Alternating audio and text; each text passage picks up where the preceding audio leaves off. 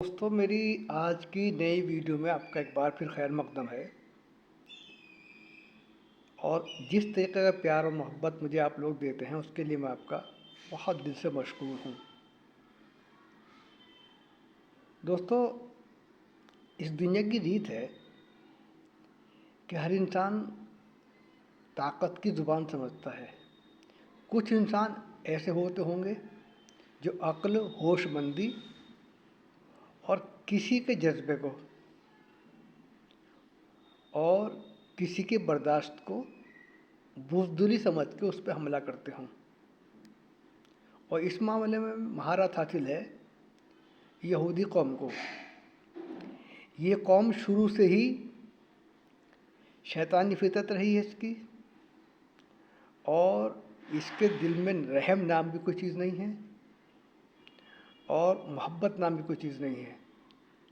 اور عفو جو اسلام کا ایک اصول ہے، حضور پاک صلی اللہ علیہ وسلم عفو کو بہت پسند کرتے تھے، معاف کرنا۔ جب فتح مکہ ہوا تو آپ نے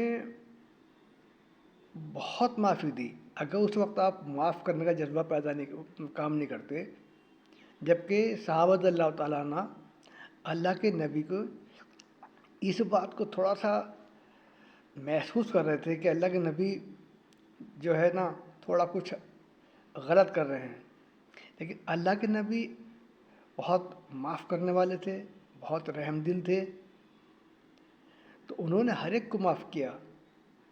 اور معاف کرنے کی وجہ سے یہ ہوا کہ جب آپ کا وصال ہوا، جب آپ سے دنیا سے پردہ کیا، تو کم و بیش 1,00,000 صحابہ ایسے تھے اس وقت میں اللہ کے نبی کی زندگی میں جو ایک پیغمبر سے ہی بھاری تھا۔ تو اب اسرائیل لگاتار، اور امریکہ، یورپین کنٹری، ناٹو، ایک گٹ ہے، یہ کوئی تنظیم نہیں ہے، آرگنائزیشن نہیں ہے، بلکہ یہ ایک گروہ تھا لوٹ کرنے کا، ظلم کرنے کا۔ جس طرح سے انگریزوں نے پوری دنیا میں لوٹ پاٹ کی اور سارا سامان لوٹ کے، سب جیسے ہندوستان میں لوٹ کے لے گئے اور جا کے برطانیہ پر چلے گئے، لیکن کچھ کمینہ قسم کے لوگ ہیں جو آج بھی مغلوں کو کچھ نہیں کہتے، مغلوں کو سب کچھ کہتے ہیں کہ مغل لٹیرے تھے، لیکن ان کے منہ سے کبھی یہ نہیں نکلے گا کہ انگریز اور فرانسیسی لٹیرے تھے، کیونکہ ان کی جو سوچ ہے، ان کا جو ڈی این اے ہے یہودیوں کا اور نہودیوں کا، وہ ایک ہے۔ یہ بھی ظلم کرنے میں اول ہے، انہیں بھی ظلم کرتے ہوئے شرم نہیں آتی۔ اپنے چھوٹے سے انسان، کمزور انسان پر ظلم کرنا انہیں گورو اور احساس کراتا ہے کہ ہم جو ہے نا اچ شرینی کے لوگ ہیں۔ اسی طریقے سے یہودی بھی اپنے آپ کو دنیا کے سب سے اچ شرینی کا پرانی مانتے ہیں کہ ہم سے اعلیٰ کوئی چیز نہیں ہے، ہمارے مذہب سے اعلیٰ کوئی مذہب نہیں ہے، اور اسی لیے انہوں نے لگاتار ظلم کیے۔ یہودی بہت کافی عرصے تک دنیا میں مارے مارے پھرے، اور ہٹلر نے لاکھوں یہودیوں کا قتل عام کیا، کوئی بچانے والا نہیں تھا۔ لیکن جب یو این اے کی سنستھا بنی، چونکہ عیسائی بہت چالاک قوم ہے، یہودی بہت ظالم قوم ہے، اور اس معاملے کو مسلمانوں نے بہت کم سمجھا، کیونکہ ان کے اندر بھی شعور ختم ہوتا جا رہا تھا۔ ایک وقت انہوں نے راج کیا، راج کرنے کے بعد اگر وہ تھوڑا سا اس پہ کنسسٹنسی سے لگاتار کام کرتے تو عیسائیوں کو اور یہودیوں کو ان کے اوپر حملے کرنے کے موقع نہیں ملتے، اور جو مشرقی وسطیٰ، فار ایگزامپل اگر وہ طاقتور ہوتے تو عراق تباہ نہیں ہوتا، اگر مسلمان طاقتور ہوتے تو لیبیا تہس نہس نہیں ہوتا،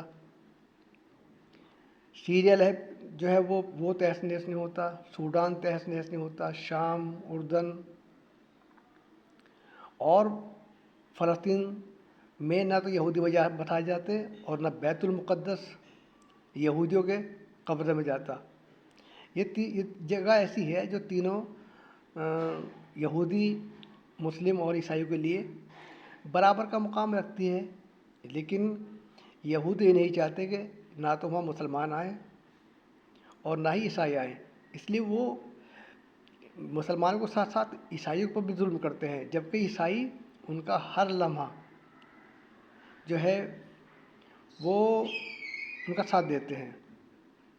اور یہ ناٹو ممالک جو تھے 7-8 جو تھے، یہ تو کم سے کم یہ سمجھ لیجیے کہ جیسے ایک گروہ ہوتا ہے، ایک بڑا گروہ کا سردار ڈاکو گیا تو ان کا بڑا سردار تھا امریکہ، تو ان کے پیچھے یہ جو تھے گروہ کے جو وہ تھے چہیتے ڈاکو، یہ ساتھ ساتھ چلتے تھے اور انہوں نے خوب قتل عام کیا۔ افغانستان کو 20 سال روندا انہوں نے، روس نے بھی روندا، لیکن اب وہ چیز بدل گئی ہے، اب وہ چیز ختم ہو چکی ہے۔ اب دنیا طاقت کو سمجھتی ہے۔ اب دنیا، پہلے جنگ ہوتی تھی آمنے سامنے کی، پھر جنگ شروع ہوئی ہوائی جہازوں کی، ٹینکوں کی، اب جنگ ہے میزائلس کی۔ یہ سجیل ایک علم ترى كيف فعل ربك بأصحاب الفیل الم یجعل کیدہم فی تضلیل وارسل علیہم طیرا، یعنی پرندے، طیر ابابیل، تو ابابیل کی طرح پرندے۔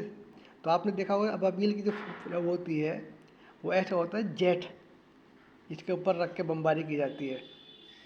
تو اشارہ کیا، یہودی اور عیسائیوں نے سمجھ لیا اس چیز کو۔ مسلمان جو ہے صرف قرآن پڑھتے رہ گئے، نہ تو اس کا ترجمہ سمجھا اور نہ اس کا مقصد سمجھا۔ انہوں نے طیارہ بنا لیا ٹائر کی جگہ، اور جو پتھر کنکری تھی جو پھینکی گئی تھی، جن سے پھوس بنایا گیا تھا، ایسے جیسے چھوٹے چھوٹے بم بنا لیے۔ تو انہوں نے قرآن کو پڑھا اور اس کو سمجھا، اور کیونکہ پتہ ہے کہ قرآن حق کی کتاب ہے۔ اب اس چیز کو، چونکہ عرب کے جو شہنشاہ تھے ان کے گھر میں انہوں نے بہت ہی، جو کام حضرت عمر کے دور سے نہیں ہو پایا تھا، وہ کام انہوں نے آل سعود کے دور میں کرنا شروع کر دیا، اور جتنی عورتیں تھیں سب کے گھر میں اپنی اپنی عورتیں جو ہے نا وہ گھسانی شروع کر دی۔ آج 90% عیاش شیخوں کے گھر میں یہودنیں ہیں، خوبصورت خوبصورت۔ فار ایگزامپل عمران کی بیوی جو تھی گولڈا مائر سمتھ، تو وہ بھی یہودن تھی، وہ چھوڑ کے چلے گی عمران کو، کیونکہ ان کا مزاج اس ٹائپ کا ہے۔ اب اس کے جو بچے ہوں گے وہ اسی مزاج کے ہیں، نہ تو وہ مسلم ہیں، اور ان کا مزاج تر یہودی ہوتا ہے، کیونکہ ماں کی طرف جاتا ہے زیادہ تر، بچوں کو رجحان جاتا ہے۔ اسی لیے اکثر میں دیکھ رہا ہوں کہ کچھ مسلمان جو تھوڑے سے کچھ باشعور ہوتے ہیں، پڑھے لکھے، ان کے گھر میں غیر مسلم عورتیں ہیں، اور ان کا مزاج بھی ایسے ہی ہے، ان کے عمل بھی ایسے ہی ہیں۔ تو ان آل سعود نے تو کچھ نہیں سمجھا، مگر ایرانی لوگوں نے،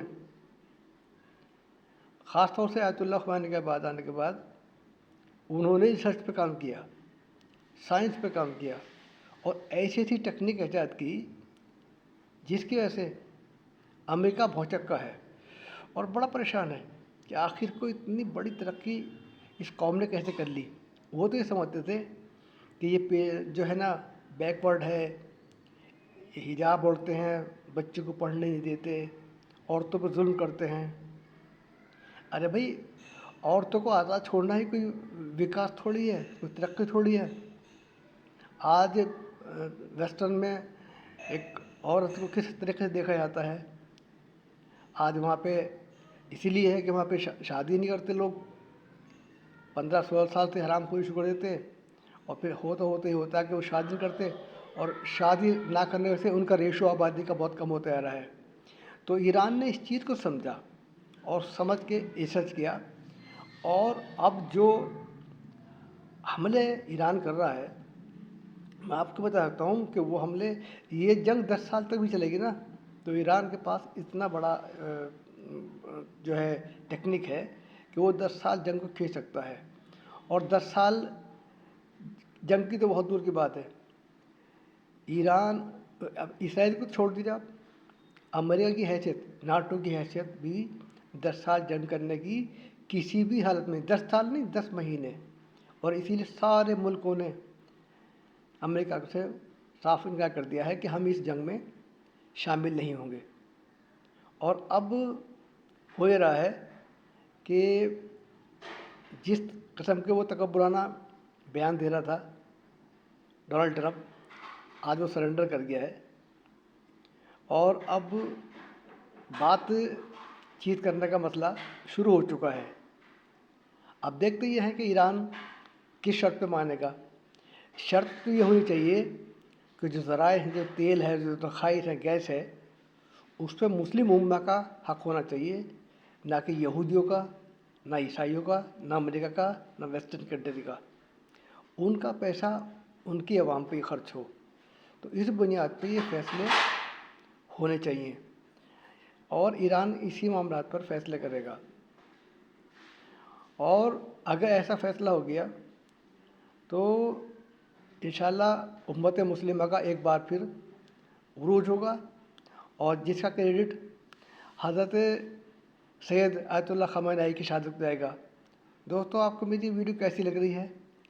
کمنٹس باکس میں جا کے اسے مجھے اپنی آراء سنوا دے گا۔ میرے چینل رفعت مسعود آفیشیل کو لائک ضرور کیجیے گا اور 10-5 لوگوں کو جو ہے شیئر ضرور کیجیے گا، اپنے گروپ میں شیئر کیجیے گا۔ اور یوٹیوب پہ جا کے میرے چینل اگر ایسے نہ کھلے تو یوٹیوب پہ جا کر RAFATMASOOD رفعت مسعود کو آپ سرچ کر کے سبسکرائب کر لیجیے گا۔ یہی آپ کی محبت ہوگی۔ شکریہ، بہت بہت شکریہ، تھینک یو ویری مچ۔